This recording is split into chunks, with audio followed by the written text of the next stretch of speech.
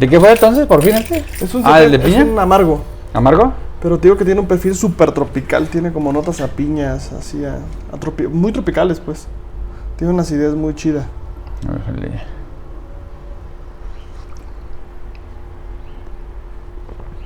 Así como con piñita, ¿verdad? Sí, ¿verdad? Tiene una acidez bien característica. Bien rico está. Sabes, Humberto. Entonces, bueno, antes que nada, pues muchas gracias por el tiempito, las horas, para que me cuentes de todo. ¿Cuándo fue la primera vez como que probaste cacao así, digamos, hecho así natural? Porque yo, pues he sido fan del chocolate toda mi vida, ¿no? Pero siempre de Kinder o de ¿cómo se llama? De Nesquik, de todo. Y nunca lo había probado así como con agua.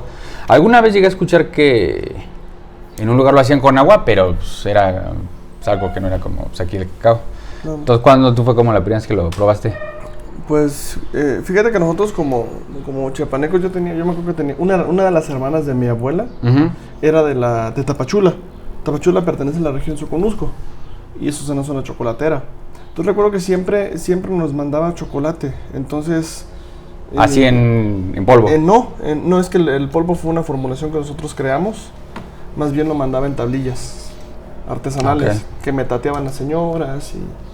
Entonces nos las mandaba así y bueno, pues y nosotros era como una fiesta, ¿no? Porque por lo menos bebía de ese tipo de chocolate unas 2-3 veces al año, ¿no? Y cuando lo hacíamos, pues era un fiestón, ¿no? Te digo que nosotros, ahí donde yo vivía, se llama Ribera Las Flechas. Pertenece al municipio de Chiapa de Corzo. Y ahí cerraban con el famoso...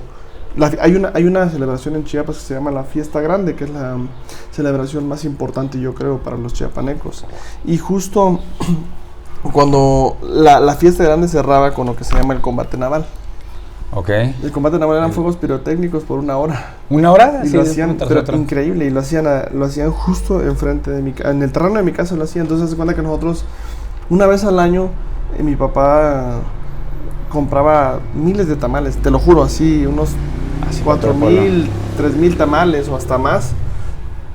Y mandábamos a hacer ollas, pero ollas enteras de chocolate. Y bebíamos chocolate con tamal y pan. No, olvídate. Entonces, aunque tal vez, me da pena decirlo, pero aunque tal vez yo vengo de la cuna del chocolate, no consumíamos tan asiduamente, pero cuando lo hacíamos era un ritual muy bonito. Sí, un fiestón, ¿no? Sí, bien padre. Un fiestón con chocolate. Sí, porque es que te digo yo, así como cacao líquido y en agua, ese sí, yo creo que así de primero rico fue aquí la primera vez que vine aquí contigo. Gracias. Porque no era como algo así muy rico. Entonces, y ahora cuéntame, porque ya me has como contado muchas veces cuáles fueron como las primeras culturas que empezaron a usar el cacao. Sí. Entonces, ¿cuál dirías que es como la primera cultura? Ya sé que lo empezó a usar el cacao para tipo como moneda, ¿no? O también como ya para empezaron a tomar. Es que hubo una cultura pre-maya, o sea, antes de los mayas. Hubieron 2 culturas antiguas. Y eran más bien que culturas, eran como... ¿Cómo le llaman cuando eran, vaya, como etnias? No sé si le podemos definir como etnias, pero eran pues nómadas. Sí. Básicamente, o sea, no tenían como, no se identificaban como zoques o mayas, y que tuvieron un folclore ahí muy grande en torno a ellos. Hubo una cultura previa que se llamó el fenómeno, así le conocen los historiadores como el fenómeno Chantuto, y fueron los primeros pobladores de las zonas costeras de Chiapas. Incluso se habla de gente que tenía muchísima antigüedad, o sea, mucho antes que los mayas. Entonces estos se dedicaban justamente a la recolección de crustáceos, ¿no? Y pues se alimentaban obviamente de lo que el mar les proveía. Y ellos empezaron a hacer las primeras inmersiones como al cacao, pero no como un cultivo, ¿no? De ahí viene también otra tribu, se podría decir, que se llamó los Mocayas, ¿no? Y los Mocayas fueron quienes sí evolucionaron como esta parte solamente de dependencia marina, de alimentos marinos o de pues, bueno, todo lo que el mar puede proveer, hacia más a la tierra. O sea, sí también comercializaban cosas de mar, pero ellos empezaron a explorar el cacao. Y a sembrar más cosas, ¿no? De todo.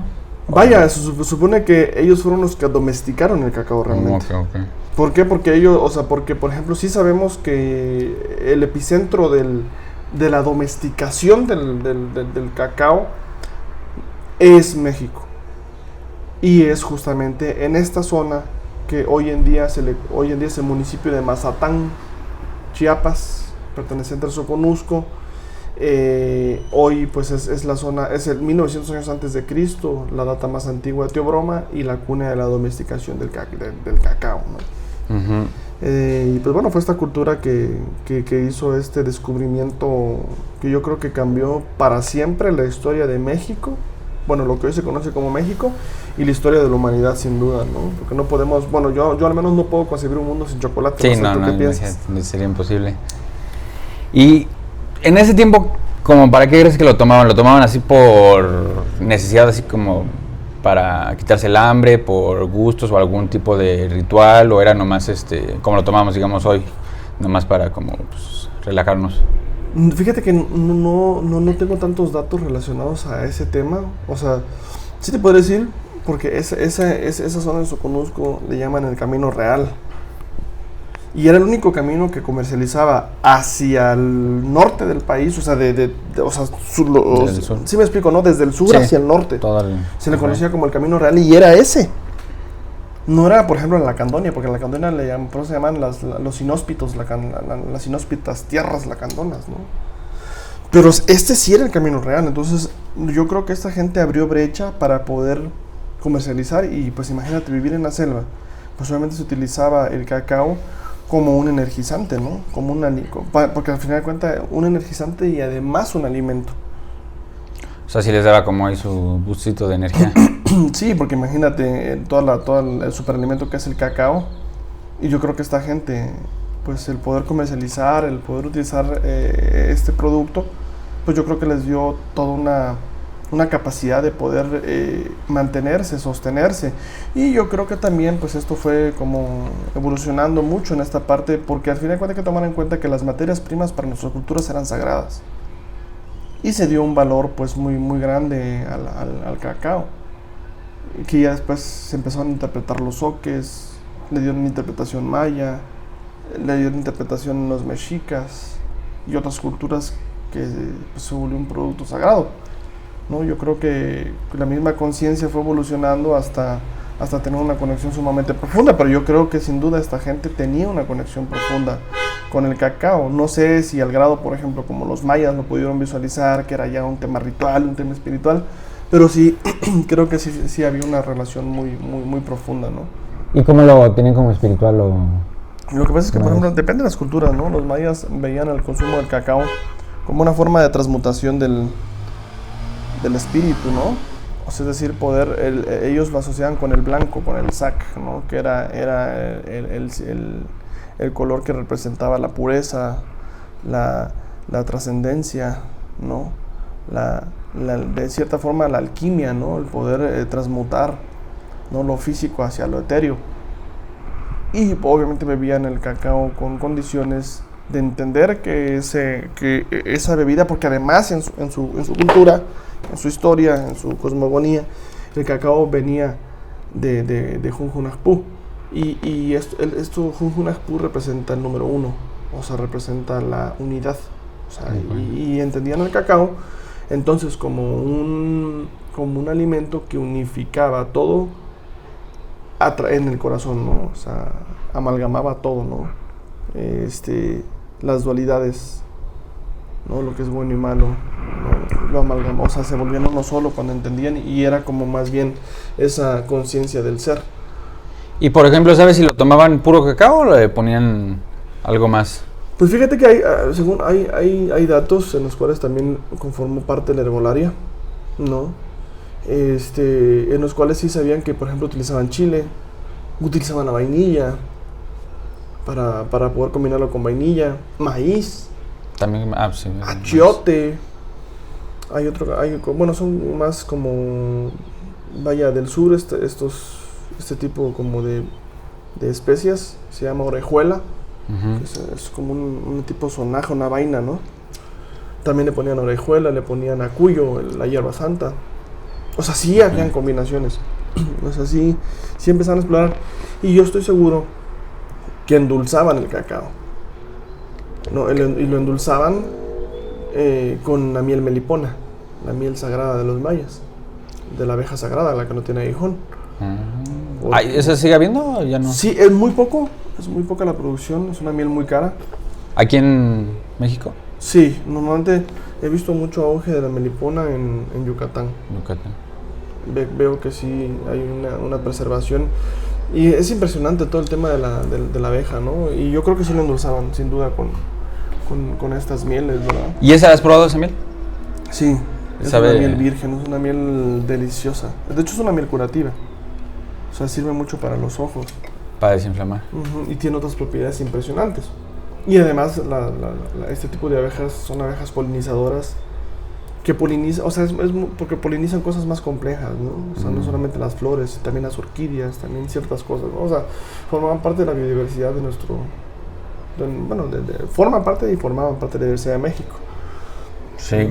Sí, porque yo igual pues de chiquito pues pura miel maple, ¿no? Ni en cuenta de la miel de abeja. Y ya hasta después de grande me enteré que pues, la miel de abeja, digamos, de los lugares aquí locales que hacen de Querétaro y cómo cambia el sabor. Y hace poquito creo que una de San Miguel, pues se me fue el nombre ahorita, que la probé y está como bien espesa. Mi mantequilla. Creo que es esa exactamente. Pero, Y no, sabe buenísima. el tema de este tipo de abejas son abejas africanizadas. Son abejas que están o se crearon Ajá. para producir.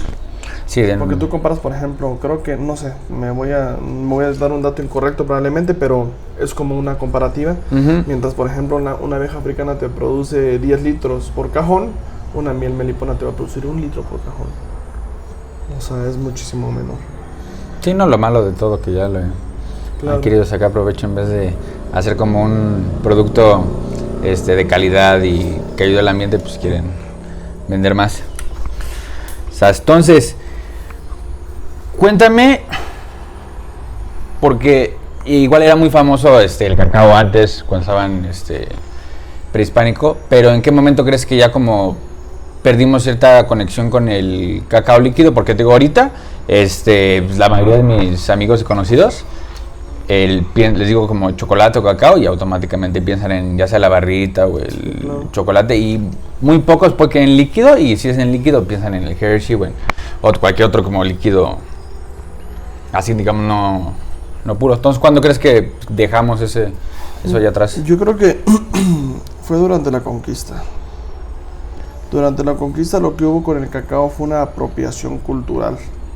De hecho, las primeras veces que que el conquistador Hernán Cortés conoció el cacao, dijo, esto dáselo a los puercos, ¿no? O sea, como decir, ¿qué es esto, no? Pero después que empezaron a ver cómo se podía convertir, que le podían poner azúcar de caña. Me explico, que lo podían usar con azúcar de caña y que podían utilizar tal vez otros ingredientes que podían embellecer el cacao. No, hombre, se volvió una bebida de las cortes, o sea, se volvió una bebida de la aristocracia realmente. Es una bebida solamente para las clases altas. Y de ahí hubo un boom, ¿no? Yo creo que por ahí de los 1800, 1700 empezó a hacer la evolución del cacao, pero ya no bajo una visión no puedo decir mexicana, pero ya más una visión más autónoma, ¿no? O sea, siempre, porque aún así las cortes, por ejemplo, ellos le agregaban leche. Sí, Entonces empezaron a hacer el chocolate con leche, el chocolate con agua también, pero era más famoso el chocolate con leche. Entonces se apropiaron tanto de nuestra cultura que es como lo que le llaman hoy la biopiratería, ¿no? Entonces la tomaron como suya, la hicieron suya, y fue así como toda esa línea del chocolate se fue transicionando hacia volverse una golosina. Los holandeses lo tomaron muy fuerte el cacao, y ellos empezaron incluso a explorar dividiendo el cacao la manteca de cacao con la cocoa y empezaron a surgir entonces otras cosas, empezaron a surgir fábricas ya por ahí de los 1900, ¿no? Bonant, por ejemplo, no sé si Callebaut, hay una que es Leonidas, no recuerdo cómo se llama el nombre de esta chocolatera belga, y lo empezaron a hacer suyo y fue de grado tal que pues básicamente se genera toda una cultura de muchos años. O sea, te puedo decir que una cultura que debe tener por lo menos unos 400 años de antigüedad, pero ya es una cultura del chocolate perteneciente a Europa. Sí, ya diferente. Entonces imagínate tú cómo vas a cambiar una cultura que lleva 400 años, de la noche a la mañana. Volverla, porque siento que ahorita estamos en un momento de la humanidad en que todo está volviendo al origen, ¿no? Y digo, esto es una verdad personal. Y yo creo que ahí es donde se pierde, ¿no? O sea, queda rezagado entonces el tema del chocolate, del verdadero chocolate, el agua agria, el cacao se bebe, ¿no? Yo siempre lo he dicho. Y rezagamos al típico chocolate artesanal, ¿no? O sea, entonces ya, este es chocolate artesanal, ¿no? O sea, viéndolo como una menor calidad. Y de cierta forma, pues es lo que nosotros vislumbramos ahí, una oportunidad muy grande de poder ofertarle al consumidor un chocolate de la misma calidad que un chocolate europeo, ¿no? Sí, no, está más rico, yo creo. No, hasta más rico, ¿verdad? Porque es un producto, si te das cuenta, que tiene un carácter a cacao, que eso es. Porque, por ejemplo, cuando tú vas ya hacia los chocolates europeos, ya son más lácteos, ¿me explico? O sea, sí, ya es más todo, ¿no? De azúcar, leche, más que cacao. Y que es delicioso, la verdad, pues hay que aceptarlo. Sí, de postre está es rico. Bastante rico. Pero pues siento que nos desconectan de un verdadero consumo natural de un producto que puede ser el chocolate, ¿no? Digo, la verdad es que te soy honesto, a mí también me encanta el chocolate con leche, ¿no? O sea, me encanta beberlo, ¿no? Pero también, por ejemplo, me encanta, por ejemplo, un chocolate frío en agua. Es súper refrescante, ¿no? Bueno, sí. Digo, también seríamos muy puristas hablar solamente de que el chocolate en agua, ¿no? Y déjale que le fascina así, está súper chido, ¿no? Sí, no, a mí pues, me encanta todos los chocolates de Kinder y todo, pero igual cuando estoy comiendo ese chocolate de Kinder sí sé que está rico y todo, pero sé que no me está haciendo bien a mí y en general la empresa sé que no están sacando como el cacao y todas sus cosas y como procesos de la forma más beneficiosa como para el planeta. Entonces ahorita lo padre de tomar este cacao es que, o sea, sí lo puedo tomar diario y siento que me hace bien y además sé que de dónde viene, pues no le hace daño al planeta. ¿Cuáles como dirías son los como beneficios principales del cacao para la salud? Pues mira, principalmente... O mental también, física y mental. Se cree, eso lo leí en el libro del doctor El cerebro de pan. Está buenísimo ese libro. ¿Así se llama Cerebro de Pan? Cerebro de Pan. Y también tiene también otros ahí secuelas. ¿Cómo se llaman cuando son varios libros, no? Después de eso. Sí, pues. Y no sé cómo se... Sí, que sigue el... Sí, o sea, tiene pues su colección ahí, Y sí, también se vislumbra que el próximo reto de salud para la humanidad van a ser las enfermedades mentales. ¿Me explico? Derivadas de la vida del capitaloceno, ¿no? O sea, que es una vida de demasiado estrés crónico. Y entonces las enfermedades mentales van a ser un reto para la humanidad. Y el cacao va a ser un alimento que yo creo que va a poder ayudar muchísimo a poder dar un nuevo respiro, ¿no? Yo creo que una nueva forma de ver a los alimentos como una forma de curarte. ¿No? ¿Por qué? Porque el cacao en sus ácidos grasos son muy buenos, por ejemplo, para el funcionamiento del cerebro, ¿no? ¿Por qué? Porque la grasa funciona como el aceite del motor, ¿verdad? Y también los ácidos grasos, porque el cacao tiene la manteca, tiene el aceite, bueno, no es aceite, perdóname, es manteca, ¿no? Uh-huh. Pero es un aceite vegetal, pues, ¿no? Para ponerlo así como en contexto. Estrictamente es manteca de cacao, pero sí sabemos que son los aceites que tiene esa manteca no son complejos, ¿no? Tiene esta parte, tiene la grasa pálmica, estérica y oleica. Entonces es una grasa sumamente compleja que además ayuda también al funcionamiento cardiovascular, ¿no? Los flavonoides evitan el envejecimiento, tiene algo que se llama epicatequinas, ¿no? Que evitan el oxidamiento de las células, ¿no? Que las células que se oxidan pues generan enfermedades metabólicas. Y además rejuvenece las células, ¿no? Te ayuda justamente también a la presión, regula, de hecho te ayuda mucho al colesterol bueno que le llaman, ¿no? Ayuda también a la presión sanguínea, ¿no? Es un gran vasodilatador, por eso es muy bueno para el corazón, es como si tomaras una aspirina, ¿no? Y obviamente pues el cacao te ayuda, por ejemplo, al tema de la memoria, ¿no? A prevención, por ejemplo, del Alzheimer. La manteca del cacao logra cubrir muy bien el cerebro, ¿no? O sea, hacer que funcione muy bien el cerebro, y yo creo que ese es uno de las grandes cosas que el cacao se va a poner como en boga. ¿Por qué? Porque va a ser justamente este alimento que pueda mitigar de cierta forma estas enfermedades, o prevenirlas, o ayudarte a superarlas. Sí, no, hace poquito vi una empresa de Estados Unidos que vendían como era cacao con otras como hierbas o esencias, y justamente lo ponían como el megaproducto de todos los beneficios que acabas de decir. Pero chistoso, porque pues, necesitaba como la presentación o que es como un producto especial o algo, porque así como se lo hubieran vendido como puro cacao, como que no lo reconoce la gente por los beneficios. Igual aquí cuando dices, vamos por un chocolate, como que no piensan en todos sus beneficios, sino lo piensan como nomás, no ven como todo el beneficio que les hace. Eso sí, también. Y hay una desconexión, bueno, para mí sí existe una desconexión muy profunda con los sabores del cacao.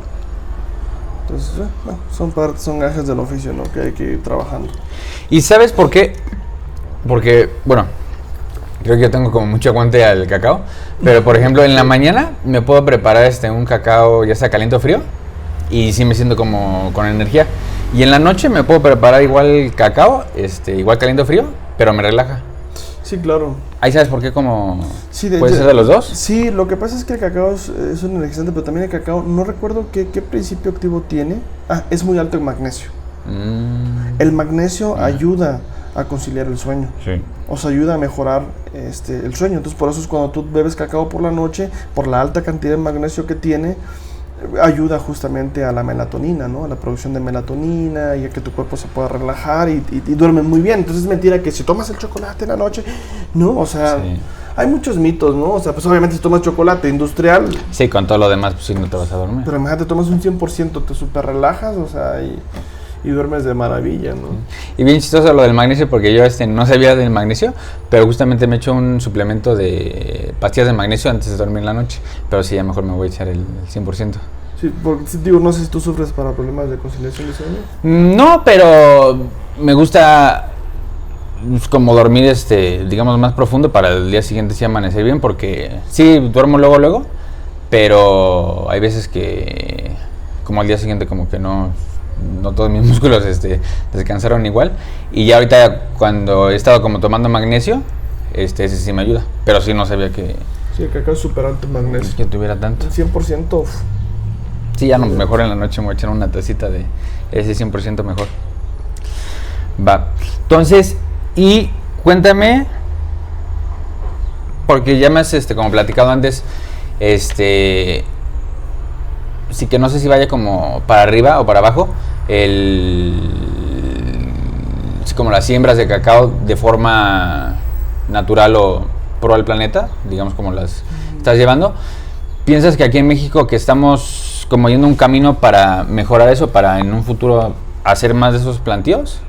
¿O más por el lado de que ya ciertas empresas ya agarran esos campos y hacen sus siembras, pero pues igual no de forma natural, claro, sean todos los ácidos, los químicos para que puedan crecer pues más plantas y vender más y todo?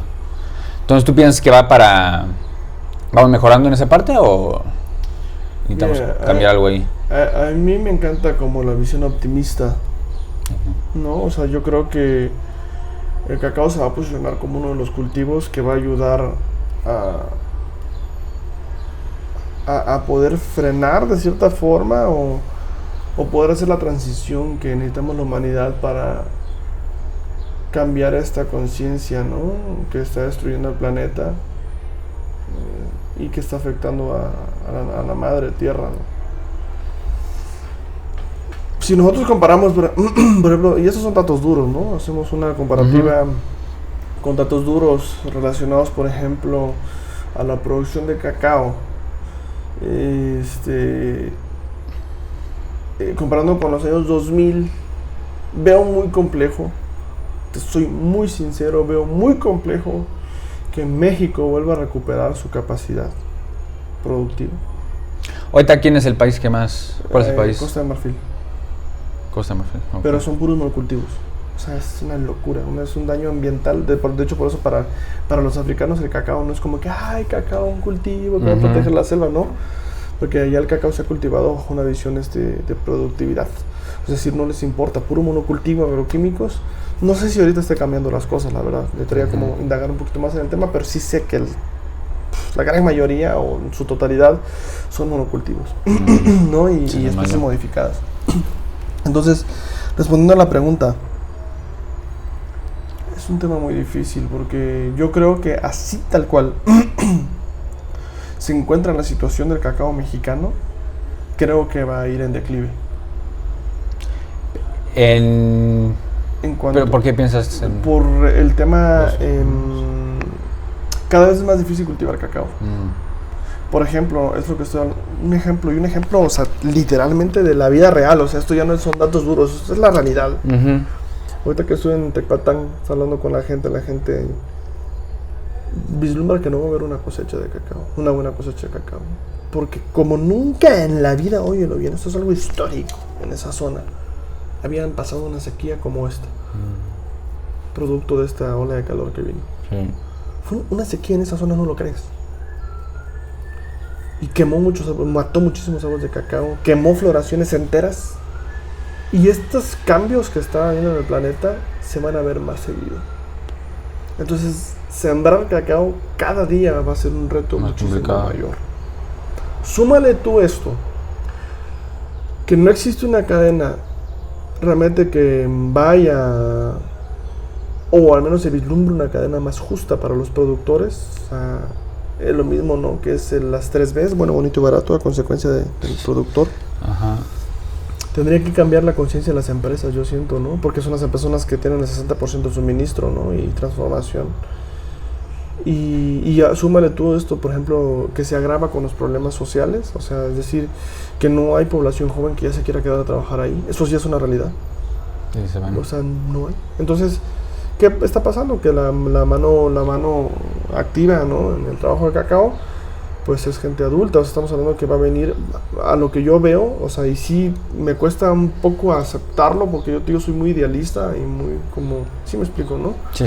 Muy optimista, me cuesta aceptar esta realidad, pero más bien en vez de aceptar la realidad es ver qué podemos hacer para poder mitigar eso que nos viene, ¿no? Que va a ser para mí el segundo declive importante del cacao mexicano.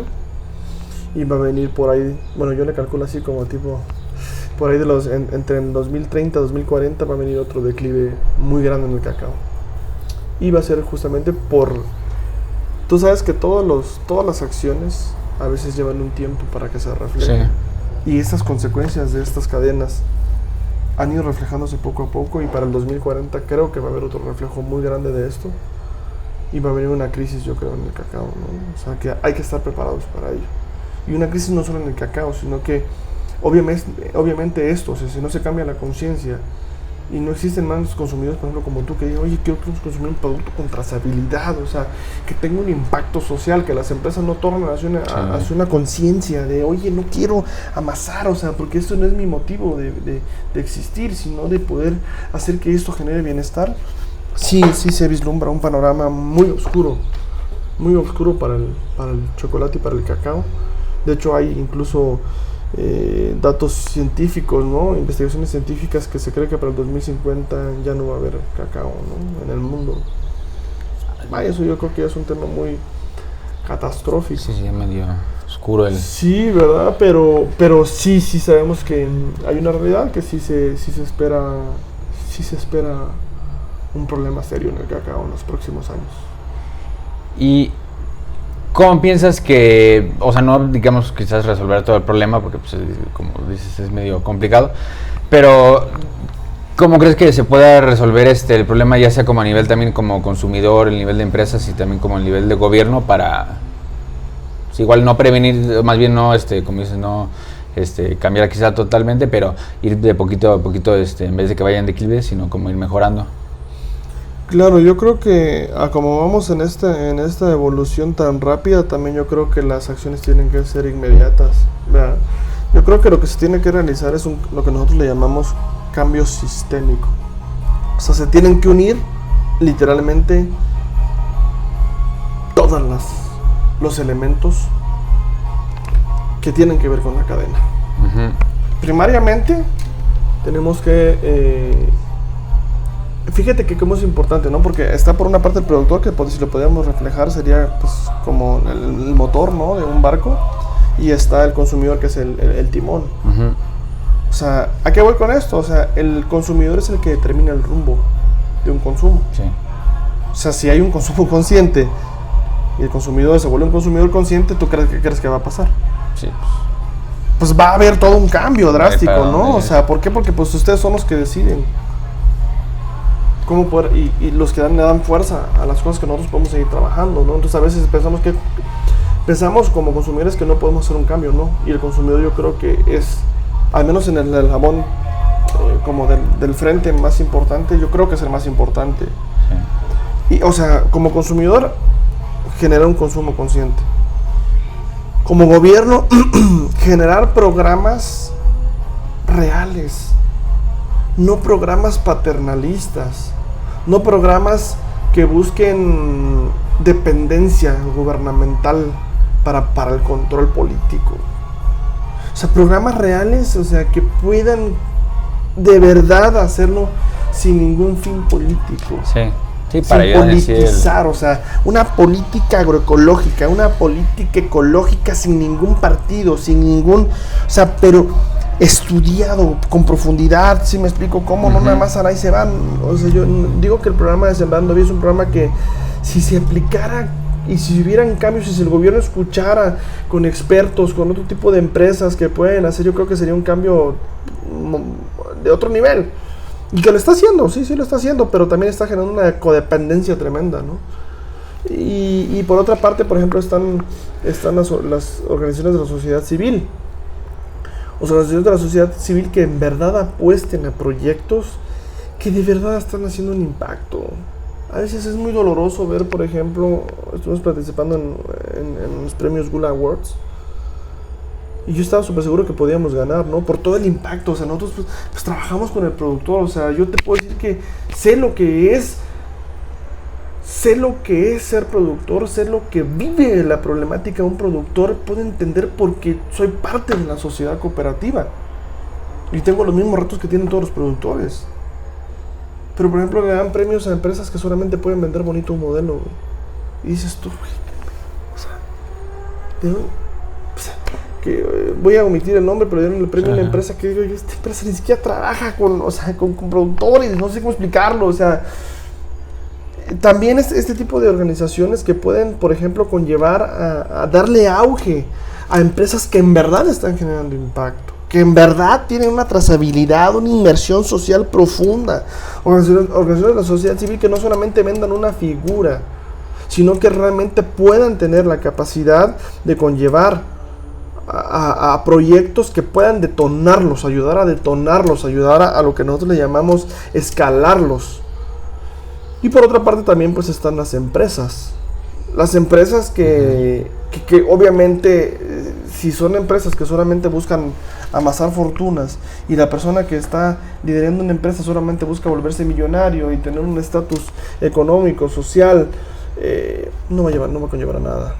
Y por otra parte que hay que tomar en cuenta es el productor. Sí, pues hacer que el productor expanda su conciencia y entienda por qué tiene que tener un cultivo agroforestal, por qué tiene que hacer las cosas bien, por qué no tiene que hacer las cosas con mañas o dejar que... Sí me explico, porque también en el productor hay muchos retos, pues. Entonces yo creo que cuando se engloban todos estos en un cambio de conciencia, yo lo veo, fíjate.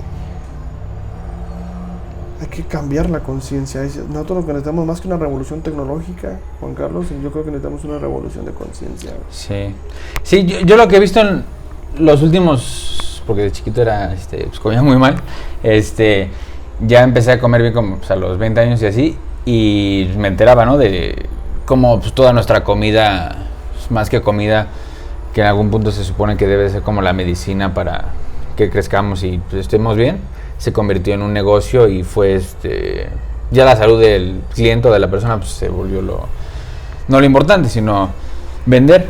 Y algo que he visto aquí de Querétaro como los últimos años, que ha estado muy padre, que ya muchas como empresas chiquitas o negocios locales chiquitos están empezando a hacer sus consumos locales, justamente como para prevenir eso y dejar eso de un lado.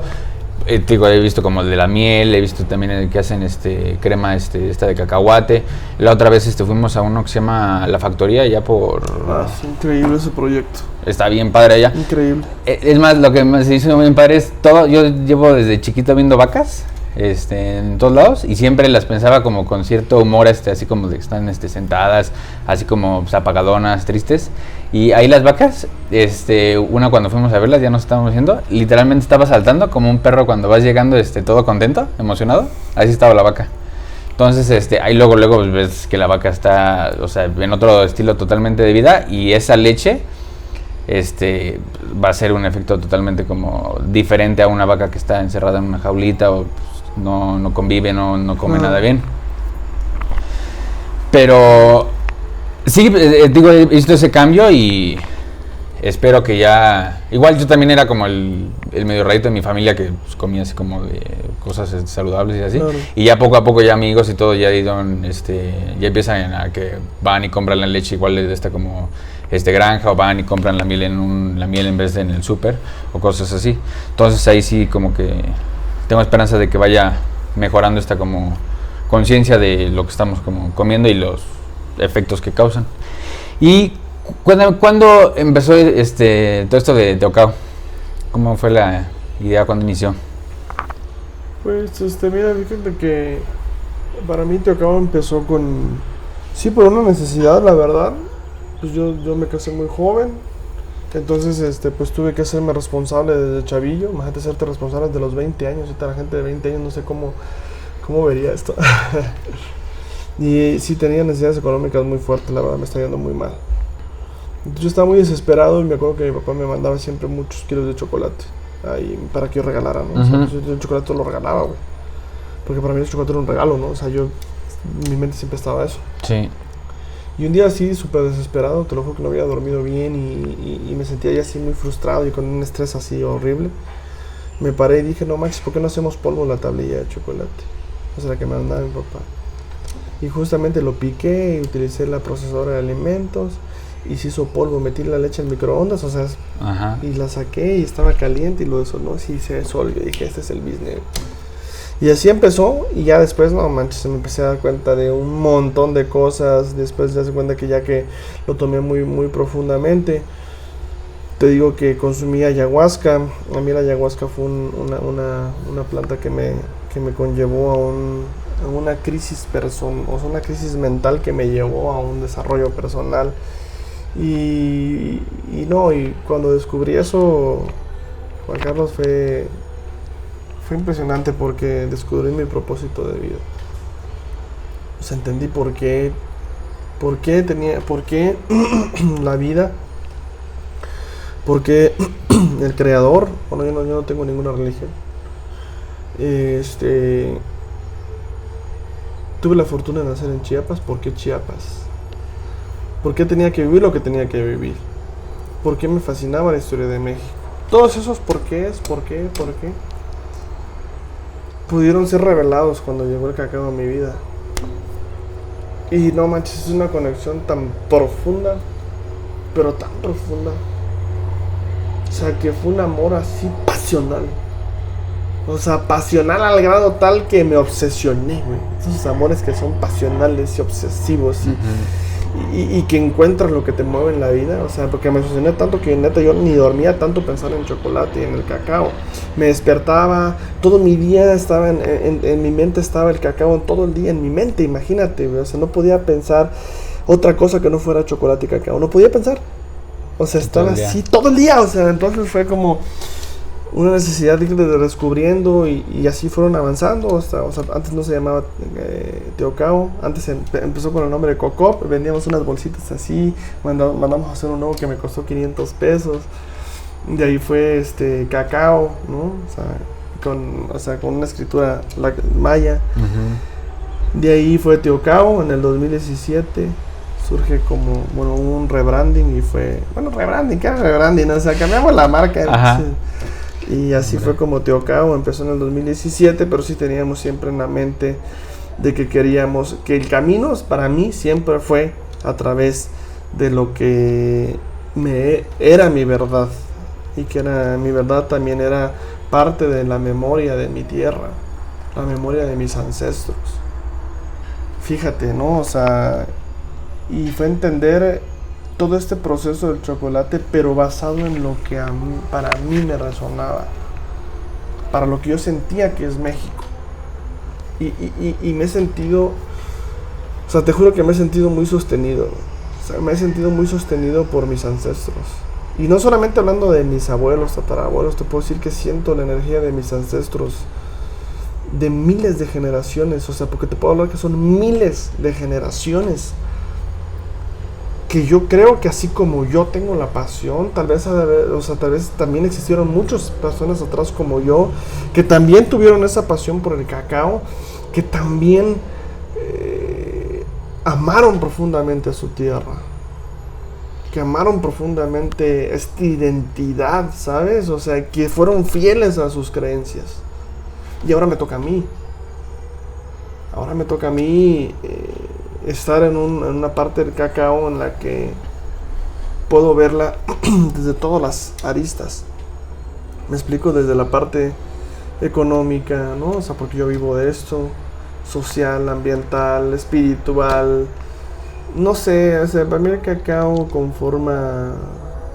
para mí el cacao y Teocao como tal, más allá de que sea una empresa que yo pueda creer, que yo cree o así, para mí es un movimiento, ¿no? O sea, es un movimiento que empieza desde el campesino y termina con el consumidor, ¿no? Desde el campesino para entender la conciencia de la unidad, el propósito colectivo, poder entender que los cambios se van a hacer cuando podamos ver que somos capaces de unirnos unos a otros sin diferencias, con un propósito común.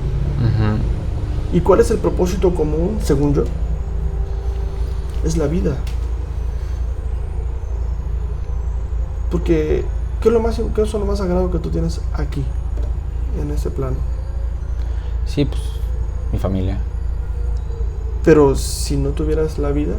Sí, sin la vida pues no. O sea, la vida es la existencia. Es la contemplación profunda del ser, el aquí y el ahora, muchas cosas. Entonces es lo que yo creo, ¿no? O sea, que nosotros tenemos que, bueno, al menos como yo lo visualizo, es un propósito común, y ese propósito común es la vida, ¿no? O sea, porque vivir nos da todas las experiencias, y yo creo que hacia allá es donde tenemos que entender, por ejemplo, la colectividad, entender que esa vida solamente se puede sostener con nuestra madre tierra. Sin la naturaleza no hay vida. Sí, y volviendo un poco con lo del ayahuasca, bueno, yo de chiquito ya ves que escuchas la primera vez que te cuentan tus papás o algo de ayahuasca o bueno, de ayahuasca no, ni siquiera eso, pero cualquier como sustancias que son esta palabra, ¿cómo son? Psicoactivas. Sí, o sea, de la escuela, la sociedad, todo el mundo lo ve como algo, digamos, negativo. Es como tipo como, digamos, las otras drogas que son como estimulantes, que te sientes bien en el momento y te hace daño a tu salud, y no lo ven como algo terapéutico, ¿no? Claro. Y yo nunca he tomado ayahuasca, pero sí me gustaría hacerlo en un día en el futuro, porque ya durante estos últimos años he escuchado que más que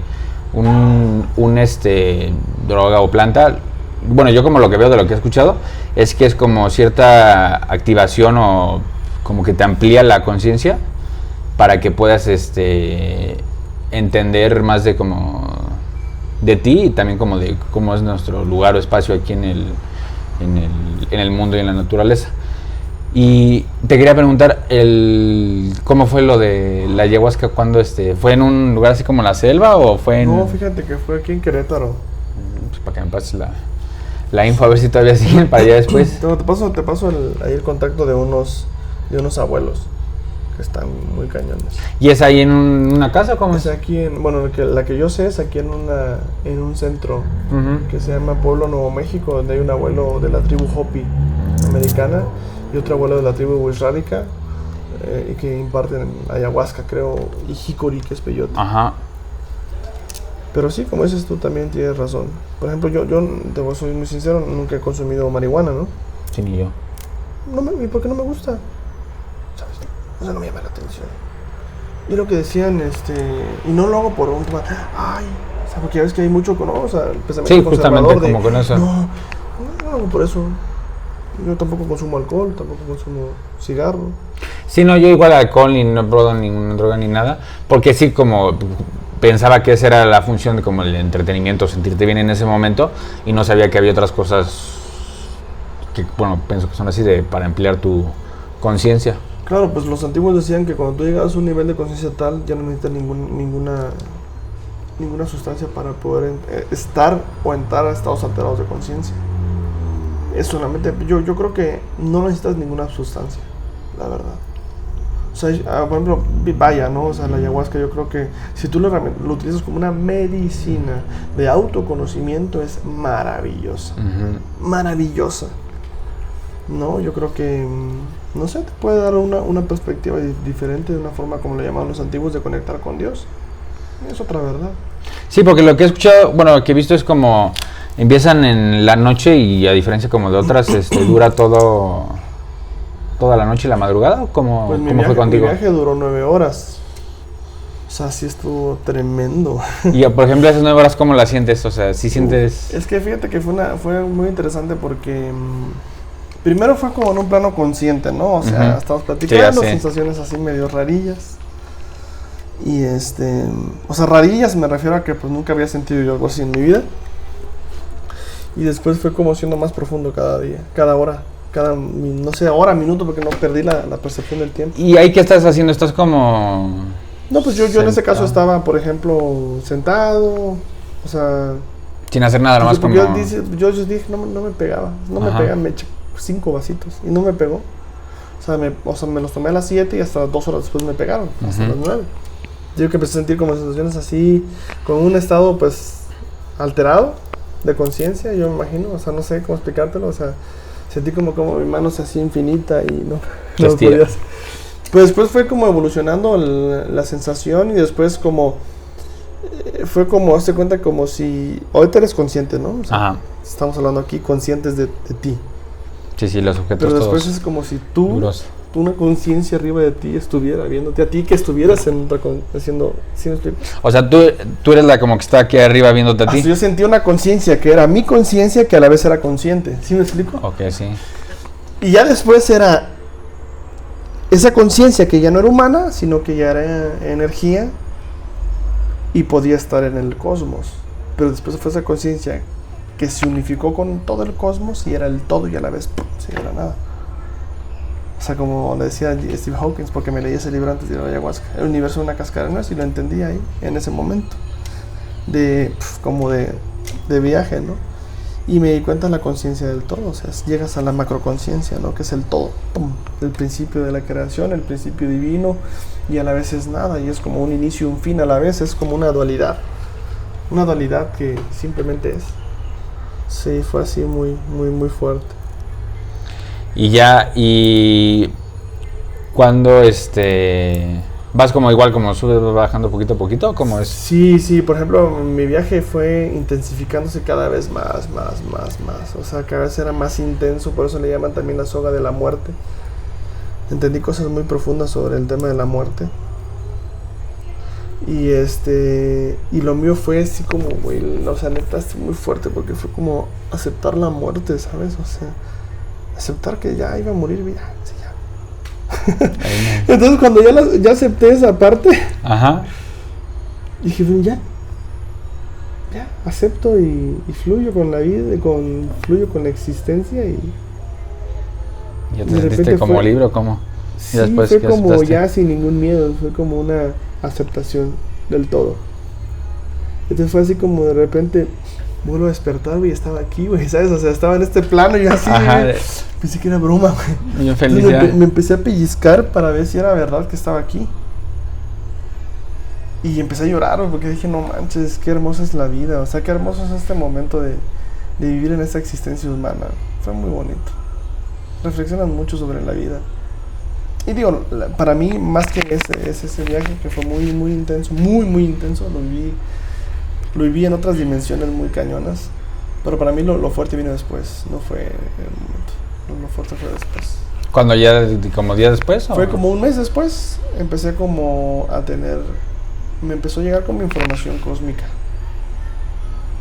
Y como de los tiempos y espacios y podía ver como, te juro, Jaycee, o sea, es la forma más fácil de decirte porque no lo podía, o sea, son conocimientos que no puedes como, el humano no puede entender, no lo puedes como racionalizar, ni lo puedes explicar, solamente lo puedes entender y sentir y ya. Pero para hacerte como yo sentía cómo se podía fragmentar el tiempo así, y podía ver cómo el tiempo se fragmentaba y podías estar en dos tiempos a la misma vez. Neta, algo muy no sé si era que entré en un estado de psicosis, no lo sé, pero fue muy fuerte y otros conocimientos que me llegaban así como de los tiempos, de los cosmos, o sea, de otras vidas, o sea, de otras vidas inteligentes. No lo pude soportar. Y como no lo pude soportar, entré o sea, sí, en un problema de salud mental muy fuerte. Entonces estuve muy mal, muy mal, 6 meses. 6 meses. Sí te puedo decir que estuve, pues... ¿Pero crees que haya sido por eso o más bien fue como algo más y eso como que te dio? Sí, yo creo que fue todo. O sea, fue como sanar con mi interior. Fue un proceso de sanación, un proceso también de interiorización, de trabajar mucho en mi persona. Fue muy fuerte, o sea, sí sé que al final de cuentas todo esto fue perfecto para después, todo esto que te estoy comentando me llevó al cacao y me llevó así en una revelación, pero una revelación muy profunda, porque fue una revelación del todo, güey. Del todo para mí, de mí todo. De mi verdad, de mi camino. No sé, a los otros les tocará de manera diferentes. En mi caso fue así. Y fue perfecto porque me conllevó a vivir lo que estoy viviendo ahora, a apasionarme por lo que me apasiona ahora, a tener un sentido de vida con mucha claridad. Sé hacia dónde voy a ir, sé lo que quiero, sé qué tengo que hacer. Sí, no, ese es como súper padre porque igual desde que venimos aquí a Teocao, además de pues, el producto que es algo pues, que nunca había probado antes, algo muy padre era como tu energía, porque poca gente cuando está haciendo algo, o sea su negocio, sea trabajo, poca gente como que habla con tanta energía y tan apasionadamente como tú estabas hablando del cacao. Gracias. Y yo creo que eso fue como también lo que nos atrajo y pues, por eso vinimos varias veces para acá. Ahorita ya después al final sigo con las preguntas acá existenciales, pero ahorita te iba a decir, ¿qué crees que sea como, o qué le dirías, o como qué consejos le darías a alguien que quiera empezar una empresa, también tipo de alimentos, pero que la quieren hacer como Teocao, de que no quieren o sea, su principal propósito no es como vender, sino es traer un producto que hace bien al cliente y además de eso hacer una producción que sea beneficiosa para el planeta? ¿Cuáles crees como que sean tips que les darías? Pues mira, la primera cosa que tienes que hacer es, primero yo creo que es tener una lluvia de ideas para ver qué es lo que quieres hacer. Porque tú teniendo una lluvia de ideas vas a querer hasta hacer no sé, por ejemplo, una proteína y mil cosas, ¿no? O sea, proteína, un alimento nuevo, bla, bla, bla, bla, de cosas, ¿no? O sea, tener una lluvia de ideas para después de esa lluvia de ideas ir como tomando en cuenta las tres ideas, yo creo que tú tienes en la mente. Una vez que tú exploras esas 3 ideas, empezar a ver el trasfondo de qué es lo que hay detrás de esas ideas. O sea, por ejemplo, si tú te quieres dedicar, no lo sé, al tema del maíz, ¿no? Y tienes la idea de hacer una nueva proteína de maíz, por decirlo así, estoy diciendo natural. Sí. Y te decides que va a ser una proteína en polvo o va a ser una proteína en X o Y presentación. Ahora te metes más allá de solamente decir, yo voy a comprar el maíz, voy a hacer mi proteína y te voy a ayudar a ti, ¿no? Porque esta proteína de maíz tiene 10 cosas que nunca en tu vida las vas a entender si no hubiera sido por nosotros, ¿no? Por ejemplo. Después de eso, entender qué hay detrás del maíz. Para mí es muy importante porque para mí la fuerza de nuestro país, yo siempre digo eso, ¿no? O sea, para mí es muy importante las raíces. Sí. Buscar adentro de ti, buscar aquí en México. Bueno, y si tú vas a trabajar, por ejemplo, con el maíz, quiero ver qué está sucediendo con el maíz. Porque si tú nada más lo ves como que voy a comprar maíz y sí, con los productores, bien, sí, pero no sabes qué problemáticas hay. Empezar a hacer lo que yo le llamo una inmersión del problema. Hacer un árbol de problemas sirve mucho, a mí me ayuda mucho el árbol de problemas que va a identificar cuál es la problemática en torno al maíz, la más profunda, con la que tú vas a resolver con ese producto que vas a crear. ¿Me explico? Una vez que sabes cuál es la problemática que tú vas a resolver con el producto que tú vas a crear, no solamente para tu beneficiario, que van a ser los productores de maíz, sino también para tu consumidor, es empezar a hacer los MVPs que le llamamos nosotros, los productos mínimos viables. Sacar un MVP, o sea que es una prueba, pues, y dársela al consumidor. Oye, ¿qué te parece esto? Si tú te das cuenta si el consumidor lo acepta o no lo acepta. Y después de eso, que hagan los testeos, ¿no? Obviamente, pues empezar a hacer tu modelo de negocios, ¿no? Y probar si el modelo de negocios funciona con lo que el cliente quiere, realmente está impactando la problemática que tiene, o sea, que quieres resolver, y de esa forma, para mí vas a generar un modelo de negocios, nosotros lo llamamos modelo de negocios B, que es un modelo de negocios para empresas o para empresarios sociales, y de esa forma entonces vamos a tener empresas o un modelo de negocio que todo el modelo de negocio va a funcionar para resolver una problemática. Yo creo que eso también va a cambiar el rumbo de la historia de las empresas. ¿Por qué? Porque lo que yo les invito a todos los jóvenes, de cualquier edad que quieran emprender, porque no existe ninguna edad para emprender, que vean o visualicen empresas que vayan a cambiar al mundo, no que vayan a cambiar su situación. Sí. No que vayan a cambiar tu vida, sino que vayan a cambiar al mundo, que sean trascendentales, que vayan más allá solamente de una premisa que es generar dinero. Entonces, yo creo que cuando hagamos eso, vamos entonces a ver al mundo de una manera diferente y vamos a cambiar nuestra conciencia sobre cómo hacer los negocios. Y obviamente después, ¿no? Que para mí ha sido fundamental, yo creo que ese es el secreto de Teocao. Bueno, ¿qué secreto? Ya está revelándose ahorita. No hay ningún secreto, todo ya está. Es de verdad poder vivir la problemática de viva voz. Nadie ama lo que desconoce. No te vas a apasionar si desconoces, si nada más crees que el maíz se da por añadidura. Haz una inmersión profunda en las comunidades, con la gente que está cultivando, con la gente que tiene en sus manos el alimento, la materia prima, y te juro que te va a cambiar la vida. Vas a ver las cosas con una profundidad tal que todavía tu compromiso como emprendedor social se va a hacer mayor, tu pasión por el producto va a ser mayor. ¿Sí me explico? Porque vas a vivir y nadie te va a contar. Sí, es como...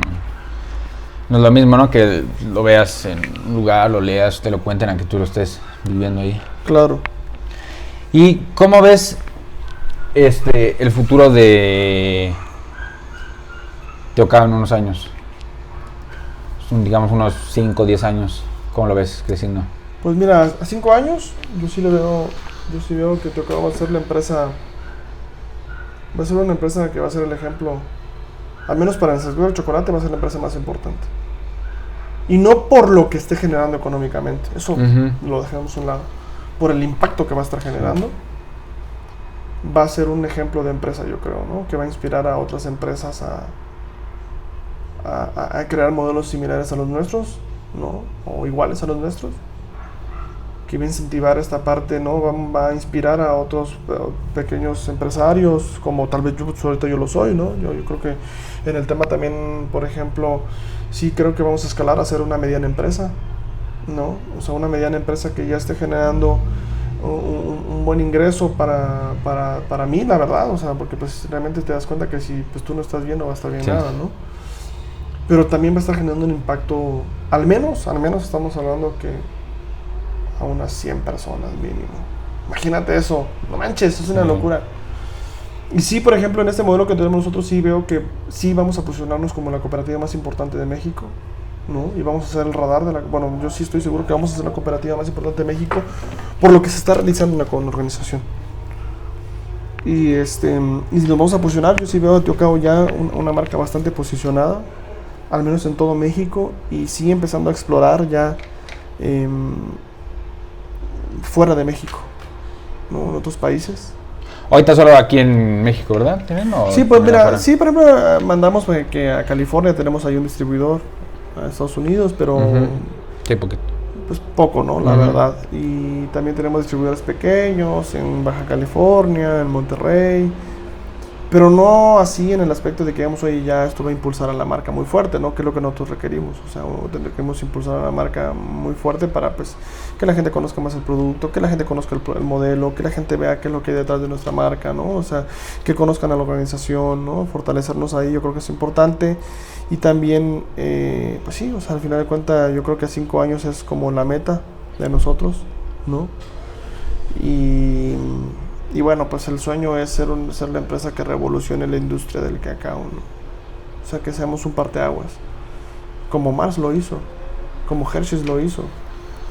Imagínate que Teocao sea la empresa que también haga ese parteaguas en el cacao, pero desde otra visión. Sí, desde otra visión. Desde una visión humana, desde una visión ambiental, y que esto pueda llevar a la preservación de la vida, o sea, que esto pueda llevar a la conservación de la biodiversidad, de las selvas,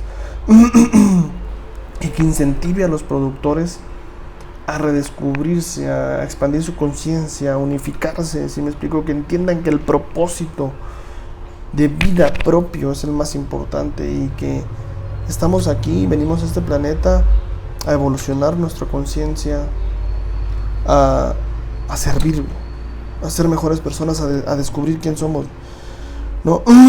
Me encantaría que Teocao fuera una plataforma no solamente para un buen empleo, no solamente para un proyecto que impacte, ¿no?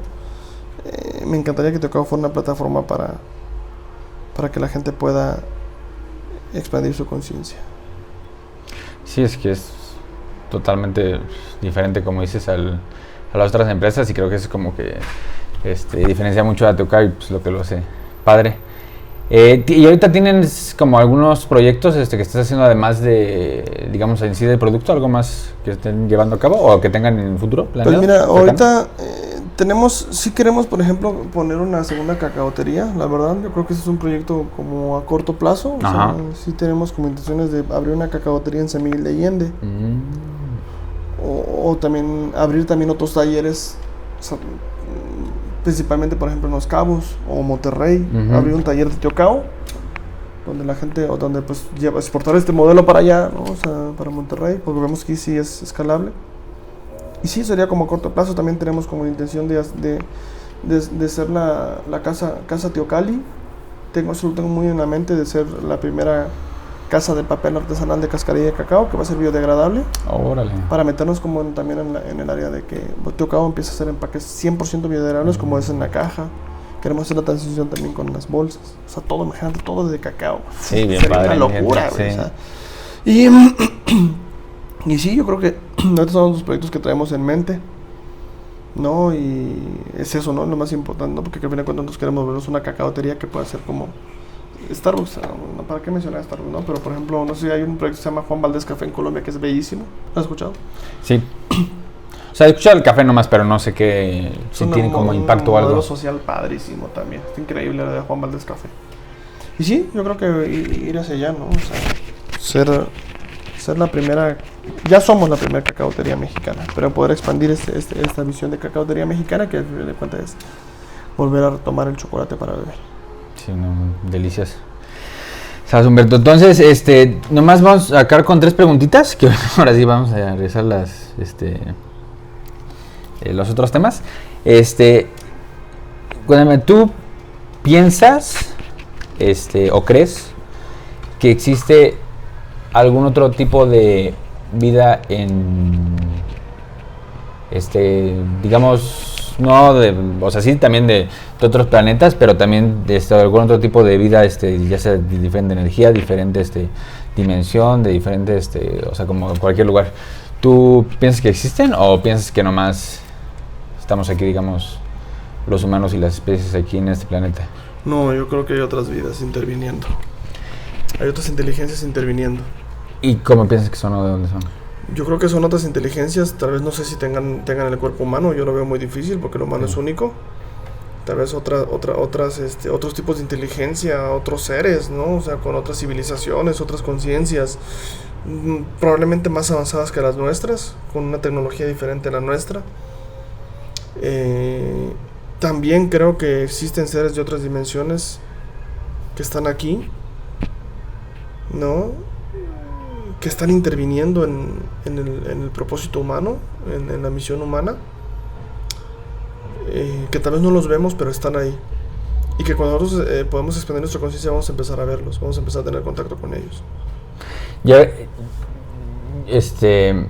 hace como ya hace cierto tiempo, había escuchado bueno, ya ves, ¿no? Cuando vas a hacer ejercicio, a veces estás bañando, estás caminando en una caminata y estás como, digamos, despejado de la mente, te llegan ciertas ideas que pues, tratas de como pensar de dónde te llegaron y pues no tienes ni idea y son muy buenas o pueden llegar a impactar tu vida o que veas algo de un tema totalmente diferente. Y lo que escuché hace un tiempo es que, o sea, nomás igual como de pues, opinión, no es nada científico ni así, pero que qué tal si esas ideas están como, digamos, en el campo o en el espacio aquí y lo único que tú estás haciendo es como conectándote a esas ideas y ya las puedes absorber o las puedes recibir, porque igual pues, sí, de chicos digo que pensamos que todo esto de energías o de otras vidas es como tema que no, pues es como cuento, ¿no? Fantasía. Pero ya lo que me he dado como cuenta en los últimos años que o sea, digamos nuestra esencia, espíritu, energía, como queramos verlo, está en todo el planeta y está como todo el tiempo presente. Entonces, el hecho de que no podamos recibir de algo de que no podamos como ver o entender, pues sí como que no tiene sentido. O sea, sí siento que, como dices que a veces quizás llega algo de otro lugar y no sabemos de quién o de dónde lo esté llegando. Y sí, eso que dices tú es algo padrísimo, ¿no? O sea, porque es lo que decía, ¿no? El universo son las infinitas posibilidades. Y poner tu atención de la conciencia, que la conciencia no es palpable, no es física, y te conlleva una idea. Yo creo que es lo que hicieron los iluminados, ¿no? Los iluminados que estuvieron aquí en este plano, en un plano terreno, pues lograron bajar esas ideas del plano de la conciencia y enseñárselas a los humanos. Porque también algo que me queda muy claro es que a veces como humanos tenemos una visión muy reduccionista o vemos nuestra vida muy efímera, ¿no? Pues venimos a vivir, reproducirnos y morir y ya. Uh-huh. Y volvernos ricos a lo estúpido. Sí. Y tener poder y ser famosos. Pero yo creo que la misión humana es mucho más grande de lo que nos imaginamos. La misión humana, el poder elevar nuestra conciencia, va a lograr que entendamos el humano como también parte del todo y que nuestras acciones como colectivo humano van a impactar en el orden del cosmos entero. lo que pasa en este planeta va sin duda a cambiar el rumbo de la historia cósmica de todos los planetas, porque todos estamos interconectados en un plano, ¿no? O sea, por ejemplo, las galaxias, los planetas serían como las células, si me explico cómo, las memorias, las estrellas, güey, o sea, está muy cañón. Que de cierta forma es lo que entendieron los mayas, plasmaron las estrellas en la Tierra, güey. Sí. A través de con los cultivos se puede ver, plasmaron el orden cósmico en la Tierra, güey, está muy cabrón. Y sí son temas bien súper interesantes.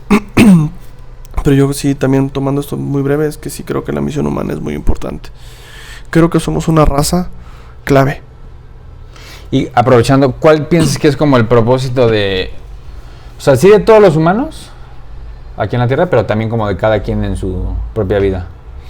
Yo creo que el propósito individual consiste, o nuestra tarea más bien también, consiste en redescubrir,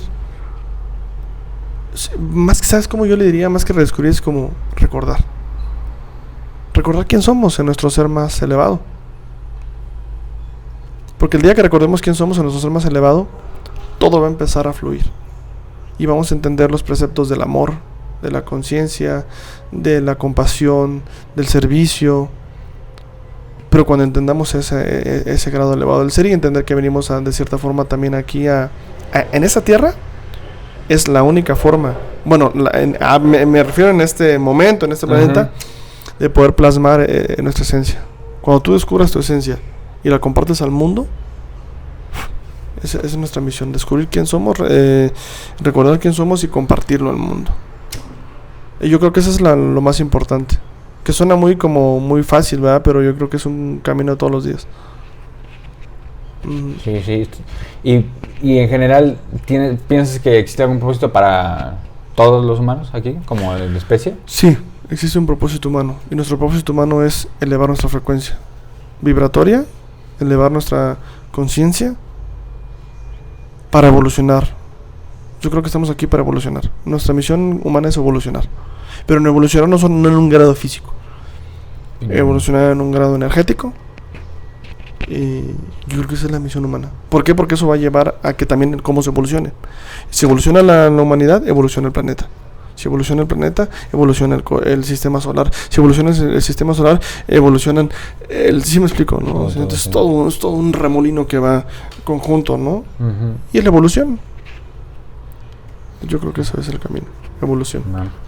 Y ya nomás de último, ¿qué crees qué crees que pasa cuando, o que para ti qué significa la muerte, o qué crees que pasa cuando ya nos morimos?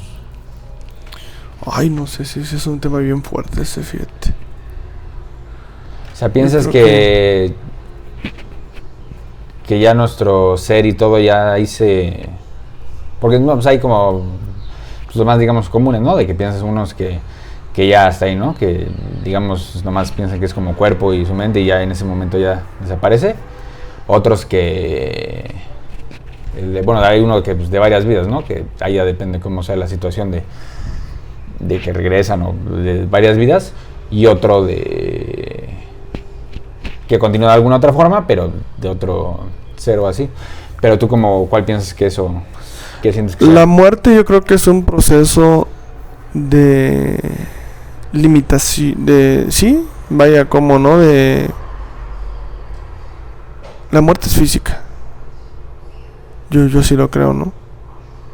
Pero nosotros, en esencia más pura, en nuestro espíritu, esa es la vida, yo siento, ¿no? Nunca va a terminar. La vida va a seguir en otras dimensiones, en otros planos. Porque la vida misma es la expresión de Dios. Dios es vida absoluta, ¿no? O sea, es la vida.